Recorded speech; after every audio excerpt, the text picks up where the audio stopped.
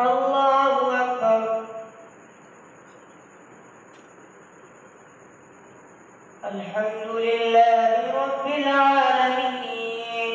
الرحمن الرحيم مالك يوم الدين إياك نعبد وإياك نستعين اهدنا الصراط المستقيم صراط الذين أنعمت عليهم غير المغضوب عليهم ولا الضالين. سل بني إسرائيل كم آتيناهم من آية بينة ومن يبدل نعمة الله من بعد ما جاءته فإن الله شديد العقاب. زين للذين كفروا الحياة الدنيا ويسخرون من الذين آمنوا والذين اتقوا فوقهم يوم القيامة والله يرزق من يشاء بغير حساب. كان الناس أمة واحدة فبعث الله النبيين مبشرين ومنذرين وأنزل معهم الكتاب بالحق ليحكم بين الناس فيما اختلفوا فيه وما اختلف فيه إلا الذين أوتوه من بعد ما جاءتهم البينات بغيا بينهم فهدى الله الذين آمنوا لما اختلفوا فيه من الحق بإذنه والله يهدي من يشاء إلى صراط مستقيم. أم حسبتم أن تدخلوا الجنة ولما يأتكم مثل الذين خلوا من قبلكم مستهم البأساء والضراء وزلزلوا حتى يقول الرسول والذين آمنوا معه متى نصر الله ألا إن نصر الله قريب. يسألونك ماذا ينفقون قل ما أنفقتم من خير فللوالدين والأقربين واليتامى والمساكين وابن السبيل وما تفعلوا من خير فإن الله به عليم. كتب عليكم القتال وهو كفر لكم وعسى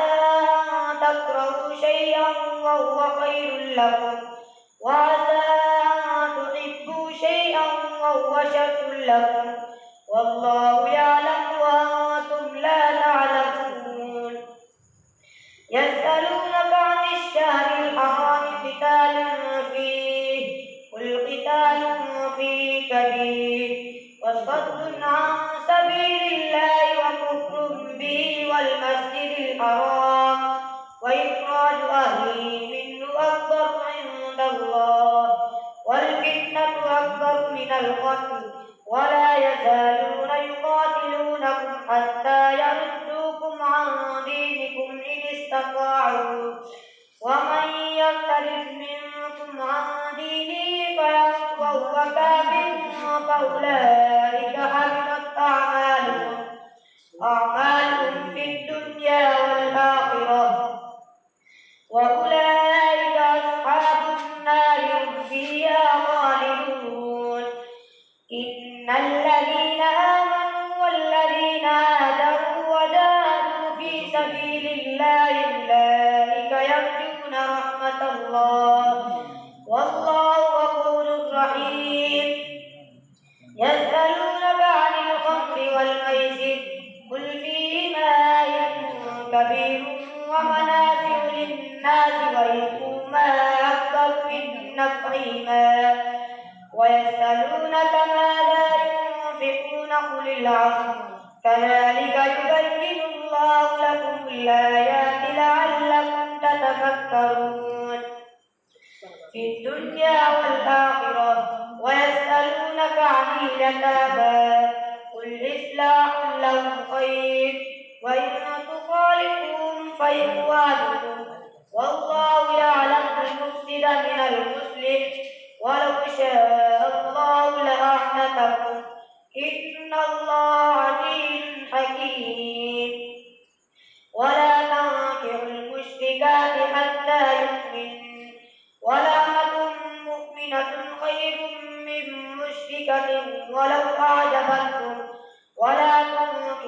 المشركين حتى يؤمنوا ولعبد مؤمن خير من مشرك ولو أعجبكم أولئك يدعون إلى النار والله يدعو إلى الجنة والمغفرة بإذنه ويبين آياته للناس لعلهم يتذكرون ويسألونك عن المحيض قل هو أذى فاعتزلوا النساء في المحيض ولا تقربوهن حتى يطهرن فإذا تطهرن فأتوهن من حيث أمركم الله إن الله يحب التوابين ويحب المتطهرين نساؤكم حرث لكم فأتوا حرثكم أنى شئتم وقدموا لأنفسكم واتقوا الله واعلموا أنكم ملاقوه وبشر المؤمنين ولا تجعلوا الله عقدة لأيمانكم أن تبروا وتتقوا وتصلحوا بين الناس والله سميع عليم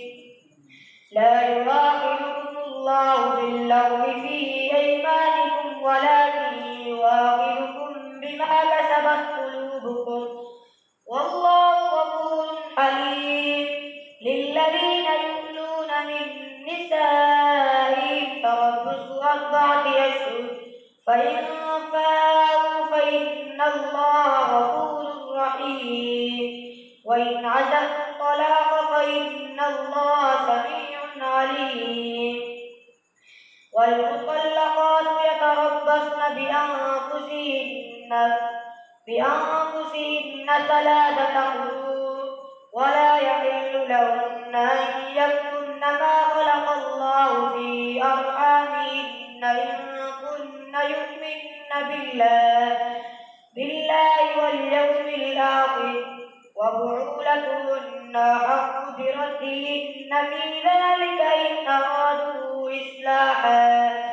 ولهن مثل الذي عليهن بالمعروف وللرجال عليهن درجة والله عزيز حكيم الطلاق 2 فإمساك بمعروف أو تسريح بإحسان ولا يحل لكم أن تأخذوا مما آتيتموهن شيئا إلا أن يخافا ألا يقيما حدود الله فإن خفتم ألا يقيما حدود الله فلا جناح عليهما فيما افتدت به تلك حدود الله فلا تعتدوها ومن يتعد حدود الله فأولئك هم الظالمون فإن طلقا فلا تحل له من بعد حتى تنكح زوجا غيره فإن طلقا فلا جناح عليهما أن يتراجعا إن ظنا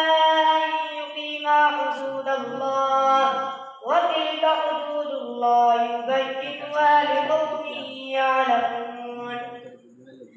وإذا طلقتم النساء فبلغن أجلهن فامسكوهن بمعروف أو سرحوهن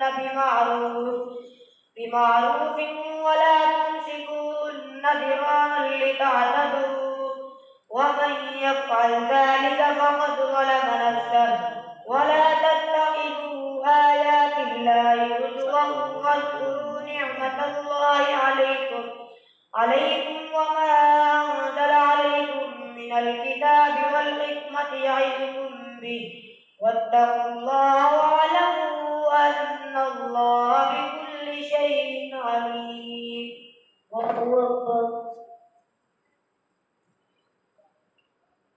سمع الله لمن حمده الله أكبر الله أكبر الله أكبر الله أكبر الحمد لله رب العالمين الرحمن الرحيم مالك يوم الدين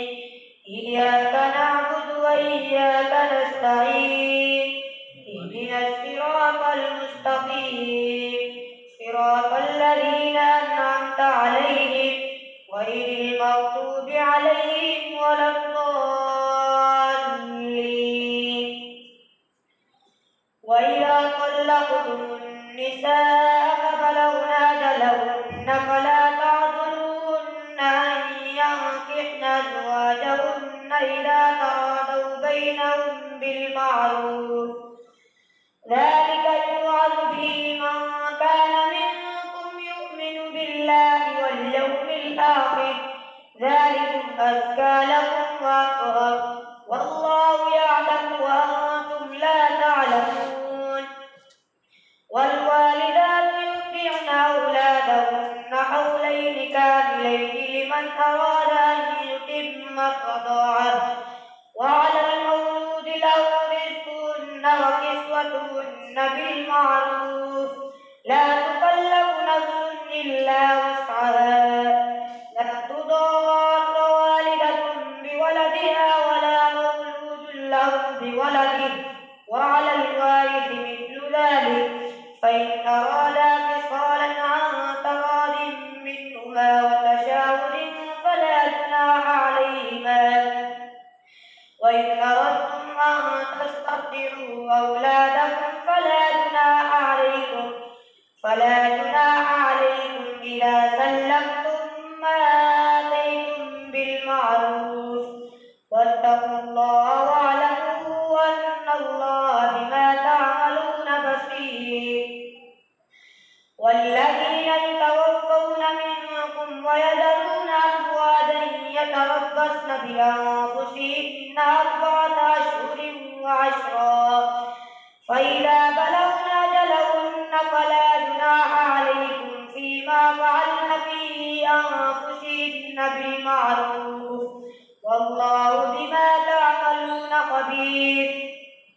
ولا جناح عليكم فيما عرضتم به من خطبة النساء أو أكننتم في أنفسكم علم الله أنكم ستذكرونهن ولكن لا تواعدوهن سرا إلا أن تقولوا قولا معروفا ولا تعزموا عقدة النكاح حتى يبلغ الكتاب أجله واعلموا أن الله يعلم ما في أنفسكم فاحذروه واعلموا أن الله غفور حليم. لا جناح عليكم إن طلقتم النساء ما لم تمسوهن أو تفرضوا لهن فريضة ومتعوهن على الموسع قدره وعلى المقتر قدره متاعا بالمعروف حقا على المحسنين. وإن طلقتموهن من قبل أن تمسوهن وقد فرضتم لهن فريضة فنصف ما فرضتم إلا أن يعفون أو يعفو الذي بيده عقدة النكاح وأن تعفوا أقرب للتقوى ولا تنسوا الفضل بينكم إن الله بما تعملون بصير. حافظوا على الصلوات والصلاة الوسطى وقوموا لله قانتين فإن خفتم فرجالا أو ركبانا فإذا آمنتم فاذكروا الله كما علمكم ما لم تكونوا تعلمون. والذين يتوفون منكم ويذرون أزواجا وصية لأزواجهم متاعا إلى الحول غير إخراج فإن خرجن فلا جناح عليكم فيما فعلن في أنفسهن من معروف والله عزيز حكيم. وللمطلقات متاع بالمعروف حقا على المتقين كذلك يبين الله لكم آياته لعلكم تعقلون ألم تر إلى الذين خرجوا من ديارهم وهم ألوف حذر الموت فقال لهم الله موتوا ثم أحياهم إن الله لذو فضل على الناس ولكن أكثر الناس لا يشكرون وقاتلوا في سبيل الله واعلموا أن الله سميع عليم من ذا الذي يقرض الله قرضا حسنا فيضاعفه له أضعافا كثيرة والله يقبض ويبسط وإليه ترجعون ألم تر إلى الملأ من بني إسرائيل من بعد موسى إذ قالوا لنبي له ابعث لنا ملكا نقاتل في سبيل الله قال هل عسيتم إن كتب عليكم القتال ألا تقاتلوا قالوا وما لنا ألا نقاتل في سبيل الله وقد أخرجنا من ديارنا وأبنائنا فلما كتب عليهم القتال تولوا إلا قليلا منهم والله عليم بالظالمين وقال لهم نبيهم إن الله قد بعث لكم طالوت ملكا قالوا أنى يكون له الملك علينا ونحن أحق بالملك منه ولم يؤت سعة من المال قال إن الله اصطفاه عليكم وزاده بسطة في العلم والجسم والله يؤتي ملكه من يشاء والله واسع عليم وقال لهم نبيهم إن آية ملكه أن يأتيكم التابوت فيه سكينة من ربكم وبقية مما ترك آل موسى وآل هارون تحمله الملائكة إن في ذلك لآية لكم إن كنتم مؤمنين فلما فصل طالوت بالجنود قال إن الله مبتليكم بنهر فمن شرب منه فليس مني ومن لم يطعمه فإنه مني إلا من اغترف غرفة بيده فشربوا منه إلا قليلا منهم فلما جاوزه والذين آمنوا معه قالوا لا طاقة لنا اليوم بجالوت وجنوده قال الذين يظنون أنهم ملاقو الله كم من فئة قليلة غلبت فئة كثيرة بإذن الله والله مع الصابرين ولما برزوا لجالوت وجنوده قالوا ربنا أفرغ علينا صبرا وثبت أقدامنا وانصرنا على القوم الكافرين فمسكوهم بإذن الله وقتل داود جالوت وآتاه الله الملك والحكمة وعلمه مما يشاء ولولا دفع الله الناس بعضهم ببعض لفسدت الأرض ولكن الله ذو فضل على العالمين تلك آيات الله نتلوها عليك بالحق وإنك لمن المرسلين الله أكبر